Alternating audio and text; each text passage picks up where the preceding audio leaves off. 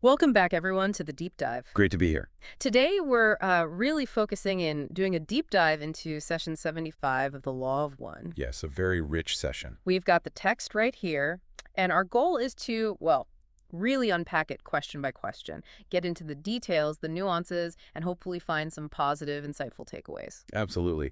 This one's fascinating because it jumps between the very practical, the instrument's immediate health concerns before a hospital visit, and these really broad metaphysical ideas. Right. So it gives listeners a chance to see how these big concepts apply in a real life situation while also expanding on some core law of one principles. Exactly. It's quite unique in that way. Okay, let's start right at the beginning.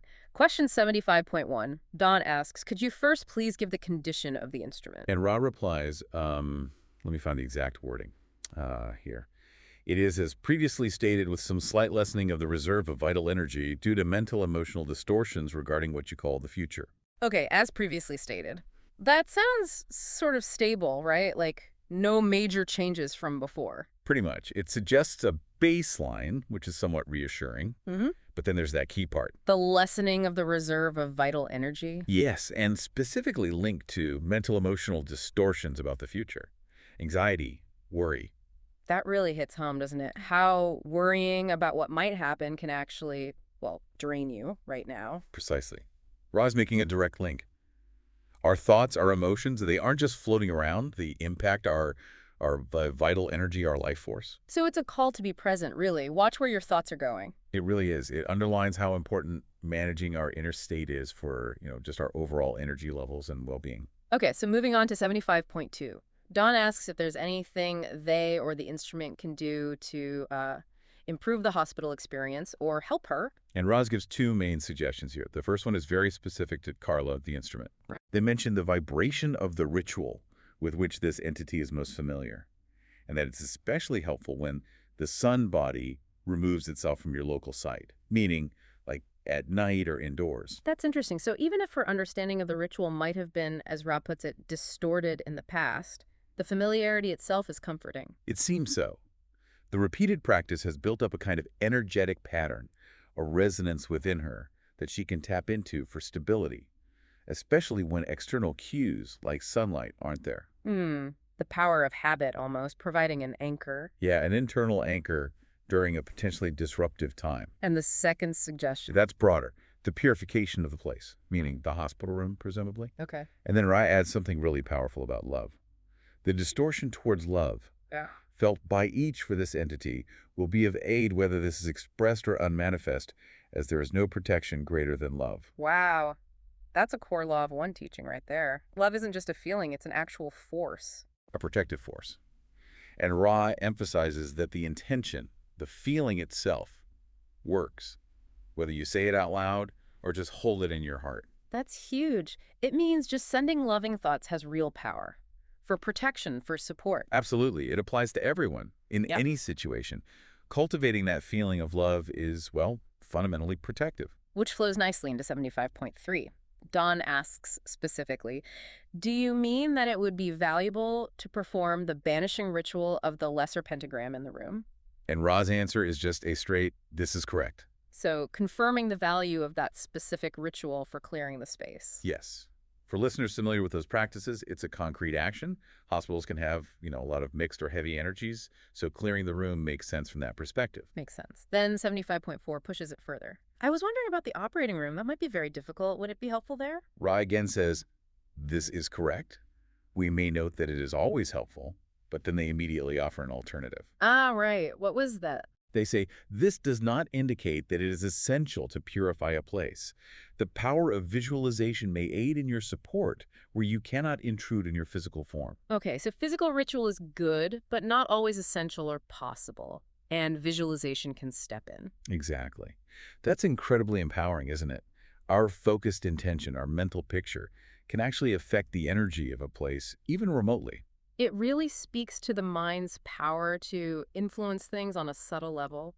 thought preceding manifestation. That's the principle, yes. Visualization as a real, potent, energetic tool. So Don clarifies his understanding in 75.5, proposing visualizing the operating room and the three of them doing the ritual there while actually performing it elsewhere. He asks, is this the correct procedure? And Ross says this is one correct method. One correct method. That implies there might be others. It does hint at that, yes. It validates the visualization technique but leaves the door open. Which leads Don right into 75.6. Is there a better method than that? Ra is quite upfront. There are better methods for those more practiced. For this group, this method as well. So acknowledging different levels of skill or adeptness. Right. There are more advanced techniques, but what they're doing is perfectly fine, effective for them. It kind of piques your curiosity about those other methods, though. Definitely. And Don guesses in 75.7. I would assume those more practiced would leave their physical bodies and, in the other body, enter the room and practice the banishing ritual. Ra confirms. This is correct. So, touching on out-of-body work, astral projection, essentially. Briefly, yes. Presented as something for more advanced practitioners, but it broadens the picture of what's possible with consciousness. Okay, changing tack slightly. Question 75.8 deals with meditation in the hospital.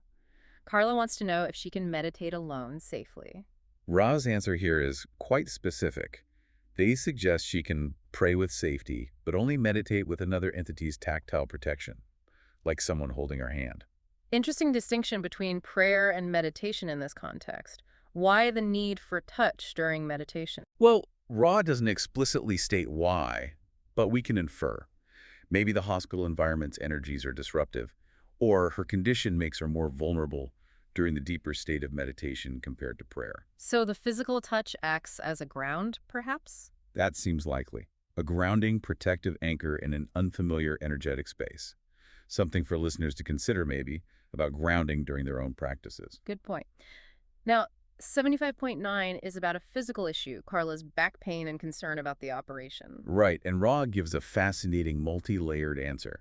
They say there are several factors contributing to one general distortion, and importantly, two have been diagnosed. One has not. So acknowledging both known medical issues and potentially something undiagnosed may be more energetic? It seems that way. It's a holistic view, Mm-hmm. and the recommendation is very specific and physical. What was it again?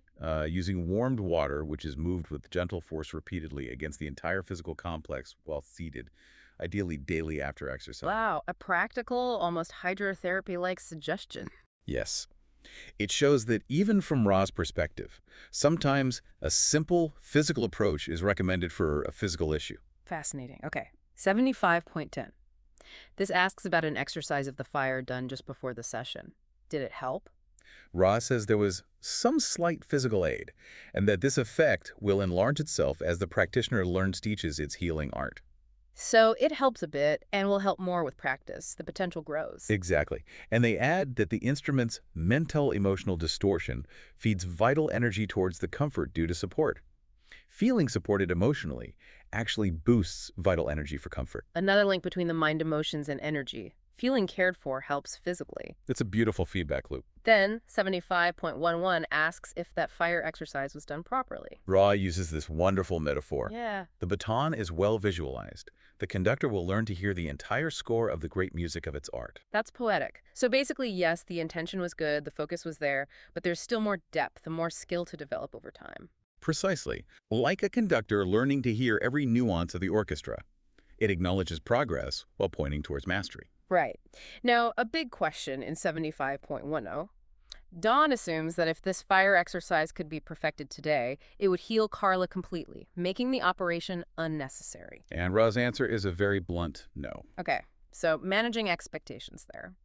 Energetic healing has limits, or at least it's not always instantaneous, especially with complex physical issues. Or perhaps other factors are involved. Right. Which leads right into 75.13. Don asks, what else is necessary? The instrument's acceptance. Ra confirms this is correct, Hmm. but adds complexity, mentioning the delicacy due to involuntary limitations and a pre-incarnative choice. The role of free will and acceptance is crucial. But also, these deeper layers limitations she can't just will away, and choices made before this life. Exactly. It suggests healing isn't just about applying techniques. It involves the individual's conscious agreement and aligns with their soul's plan. It's Yeah. complex. Very complex. Okay, now we shift gears significantly with 75.15. This is about Carla experiencing what felt like psychic attacks during a specific part of music she practices, the Benedictus. Yes, and Ra says this is not a minor query. Their explanation is incredibly detailed. What are the key elements? It weaves together several things. One, the physical exertion from the previous section, the Sanctus. Two, the deep historical and energetic meaning of the words Hosanna and Benedictus, tying them to Jesus' entry into Jerusalem and the crowd's division. Okay. Three, Ra identifies a chink or vulnerability for Carla because this historical energy resonates with her, especially the Hosanna, as a sort of harbinger of martyrdom. Wow. And four, her state of mind. Intense concentration during the Hosanna shielded her, but relaxing into the Sola Benedictus made her more open to what Ra calls the fuller greeting, this influx of intense, historically charged energy, which she perceived as an attack. That's incredibly intricate, linking physical state, history, music, vibration, belief, focus, all converging in that moment. It really shows the interconnectedness Ra often talks about, and how sensitive some individuals can be to these resonances, especially during focused practice. It definitely makes you think about the power of music and words on an energetic level. Absolutely. And how focus acts as a form of energetic management. So Dawn follows up in 75.45, asking if this chink was originally created by Jesus' decision for martyrdom. Ra says, this is, in relation to this instrument, quite correct. They point out Carla's own overbalances towards love, even to martyrdom. So her own leaning resonates with that historical energy. Yes. Ra acknowledges the beauty of that intense love. It's like a beacon. But they also offer a higher density perspective. Martyrdom ends the opportunity to serve in that density. A trade-off then. A powerful statement, but it closes the door on further work there. Right. Ra stresses that each person must find their own deepest path of service. It's a nuanced view of martyrdom, recognizing its power, but also its finality within a specific context. That's a lot to ponder, finding the balance between ultimate love and continued service. Indeed, it's about discerning the most effective way to express that love and light. Okay, 75.16 tries to understand the Orion group's role. Dawn asks if having this martyrdom distortion makes one open to Orion aid in becoming a martyr. Ra corrects him slightly.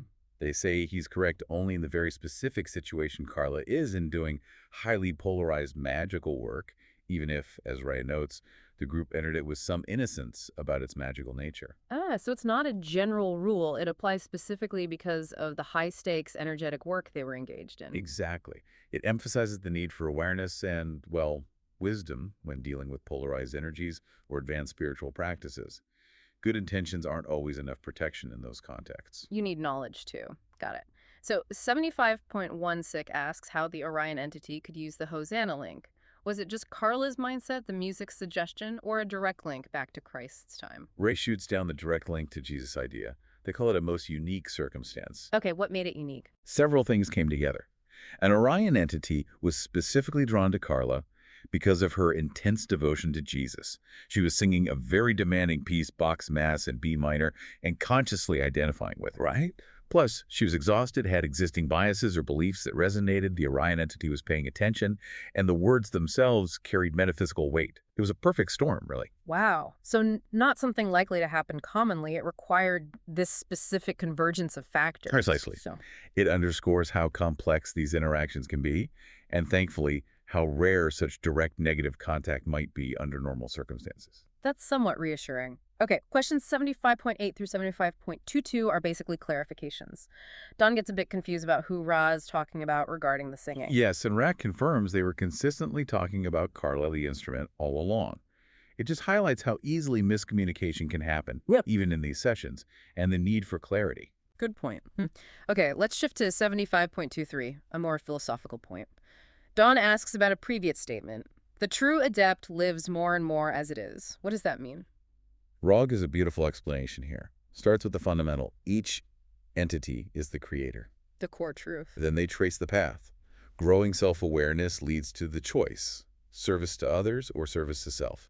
The seeker becomes an adept by balancing the lower energy centers, red, orange, yellow, blue, using green, love, as the springboard for positive polarity and moving into indigo, wisdom, intuition. Okay, the balancing work. And the key shift for the adept is moving from focusing on doing things externally to focusing on being internally embodying their true nature. Living as it is. Exactly. Increasingly manifesting the one infinite creator that they inherently always have been. Yeah. It's a shift from outer function to inner essence. That's profound. It's not about performing miracles, but about embodying that divine connection, a journey inwards. Beautifully put. It's about alignment with the true self. Now, 75.24 brings up wanderers.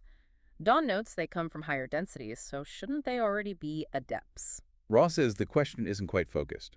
They explain that. First, many wanderers don't actually do conscious spiritual work here. It's about where they put their attention, their focus. Like being in a game but not playing consciously. Ah, potential isn't the same as activation. Right. And second, even for wanderers who have pierced the veil of forgetting, their physical body here, the yellow ray activated body, doesn't respond the same way a native third density adepts might, which could be more attuned to green or blue ray activation for this kind of work. So the physical vehicle itself presents challenges. Yes, it can lead to frustration when trying to work with finer energies. The tools are different in this density, even for advanced souls. It requires adaptation and conscious effort. That explains a lot. It gives a compassionate view of the wanderer experience. It's not necessarily easy, despite their origins. Definitely not. Adeptness needs to be cultivated within the current context. Okay, 75.25. Dawn asks, somewhat hesitantly, for any final suggestions for Carla's hospital experience. Vara's response is just incredibly potent and simple. Realize itself as the creator. Wow. And then, thusly, each may support each, including the support of self by humble love of self as creator. Leave the remainder with the creator. So the ultimate advice is self-recognition as divine, as creator, and from that place, love yourself, support each other, and trust the process. Exactly. It's about finding strength and peace in that fundamental connection, that core identity. A universally powerful piece of advice. Truly. Okay, 75.26 moves into sound. Hebrew and Sanskrit sounds being mathematically linked to creation. How does that work? Ross says the link is mathematical, like ratios in music. It's hard for our minds to grasp the exact math because the subtle coloration of how a vowel is sounded is complex, like particle spin in physics. But the core idea is resonance. Resonance. So certain sounds vibrate in harmony with the fundamental structure of creation. That's the idea. They're not arbitrary. They're tuned to the universe's underlying math. It's music. Fascinating. Which leads to 75.27. What's the effect if these sounds are vibrated precisely? Ross says, think about sympathetic resonance. And then this beautiful line. When certain sounds are correctly vibrated, the creation sings. The creation sings. That's stunning. It implies a direct, responsive connection, using sound to harmonize with everything. A powerful potential tool for connection, for transformation, for influencing reality at a deep level. So are these like musical arrangements or single notes? 75.28. Ross says it's not simple. Sometimes just one precisely intoned vowel does the trick. But other times, especially in Sanskrit, combinations, harmonic intervals also resonate powerfully. So it can be both individual sounds and their relationships. Yes, it's nuanced. Different sounds, different combinations, different languages might have different keys to this resonance. And in 75.29, Dawn asks if the adept uses this resonance to become one with creation. Ra offers a subtle but important refinement. They say it's maybe more accurate that the creation becomes more and more contained within this practitioner. Not merging outwards, but embodying inwards, bringing the universe into the self. Exactly. It's about integration, internalization of those creative principles. A profound shift in perspective. The rest of Don's question about achieving objectives this way, Ra affirms. That distinction is really key. Okay, 75.31, Dawn asks for the musical notes. And Ra, sticking to free will, says, we may not. Expected, but still. So 75.31, Dawn assumes the seeker has to find these through trial and error, empirical observation. Ra says that's partly correct, but you also need the acuity of sensibility gained through the adept's path. So experiment, yes, but also develop your inner perception, your intuition, to really understand the effects. Right. It's a combination of outer practice and inner refinement. Moving on to 75.32. The three aspects of the magical personality power, love, wisdom, are those the main ones? Ra confirms they are useful labels, especially for the neophyte, to focus attention on balancing the self, which is the main tool, but clarifies it's not really a personality with three parts. What is it then? It's actually the unified sixth density being, the higher self, which is rich and complex. The focus on power, love, and wisdom is a developmental framework. To ensure balance. Exactly. To make sure power is sought and used through love and with wisdom for service, Hmm. not power for its own sake. A crucial framework for balanced development. Makes sense. Okay, 75.33 asks about hair being an antenna. How does that work? Ray admits it's tricky to explain because it's metaphysical, but they offer an analogy for time-space contact. Long hair acts like an electrical battery. The battery. Yeah, it stays charged and tuned, helping with energetic contact, even picking up subtle things, small anomalies. Ah, an intriguing idea. Hair as an energetic receptor or conductor. It suggests our bodies have subtle functions we don't fully understand scientifically yet. Then 75.34 asks if there's an optimum length. Ray says no outer limit, but an inner limit of about 4 to 4.5 inches, depending on the contact strength needed and the person's nature. Specific. Interesting to get a measurement even if the mechanism is metaphysical. It gives a tangible reference point, yeah. All right, 75.35. Can anyone in third density do some healing? Or do you need a certain energy balance first? Ray gives a very empowering answer here. They say anyone can instantaneously clear and balance their energy centers just through focused love and will. Wow, so we all have that potential moment to moment. Yes, to become momentary healers. But, they add, to be a healer consistently, by nature, requires training, the disciplines of the personality. So there's the innate spark, accessible to all, and then there's the dedicated path of developing that skill. Exactly. Honors both the universal potential and the work involved in mastery. Okay, 75.36. How does invoking the magical personality actually help? Expanding on a previous answer. Ra explains that proper invocation builds a bridge between our reality, space-time, and the realm of potential, time-space. This allows the higher self, the sixth density magical personality, to directly experience third density catalysts through us. So the higher self gets direct experience via the invocation. Yes. And crucially, Ra emphasizes the need to deliberately release or end the invocation afterwards so the higher self can return to its own proper state or configuration. Right, you need to consciously open and close that connection. It's an intentional act. Very much so. It requires responsibility. And 75.37 confirms this, the act or signal for invoking, like putting something on or a gesture, should be carefully reversed or taken off at the end. Ross says, correct. Should be fastidiously accomplished in mind or by gesture if helpful. Fastidiously meaning meticulously, carefully. Underlines the importance of clear beginnings and endings in this kind of work. Definitely. Intention and closure are vital. Now, 75.38 asks if invocation is effective for beginners, or if it only kicks in fully at some point, or is it gradual? Ra confirms it's gradual. The latter is correct, they say. The connection strengthens by degrees as the person becomes more adept. That's encouraging for people starting out. It's a process, not an on-off switch. Exactly. Progress is incremental. Patience and persistence pay off. So 75.39 asks for a good technique. Is meditating alternately on power, then love, then wisdom, a good sequence? Rael says indeed appropriate, and they add a bonus for this specific group. Because the members naturally embody these archetypes, they can use each other for visualization support. Ah, so the technique itself is good, and group synergy can enhance it. Practical advice there. Yes, a structured way to work on balancing those key aspects. Okay, nearly there. 75.4 circles back to Carla. Is the fire exercise the best thing, or is there something better?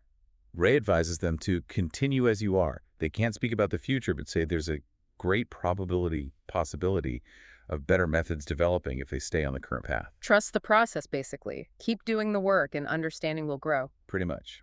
Ray also acknowledges Carla's increasing pain and offers time for just brief queries, showing compassion. And the final question, 75.41.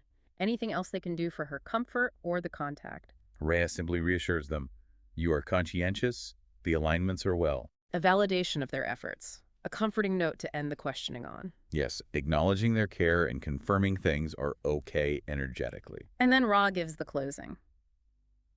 I am Ra. I leave you, my friends, in the love and the light of the one infinite Creator. Go forth, therefore, rejoicing in the power and peace of the one infinite Creator. Adonai.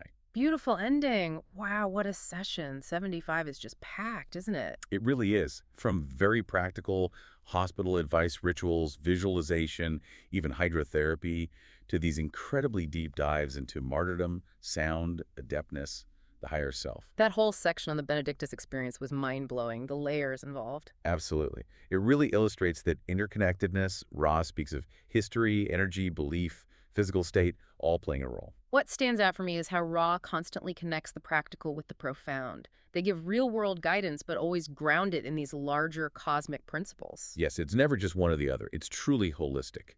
And the emphasis on love as protection and self-realization as creator as the ultimate support. Very powerful themes. Definitely.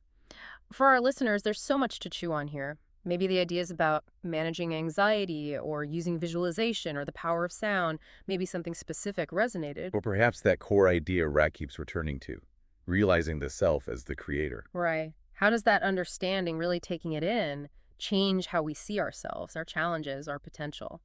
It's a powerful question to sit with. A very powerful question indeed. Well, that brings us to the end of this deep dive. Thank you for joining us. Until next time, may you walk in the love and the light. Go forth rejoicing.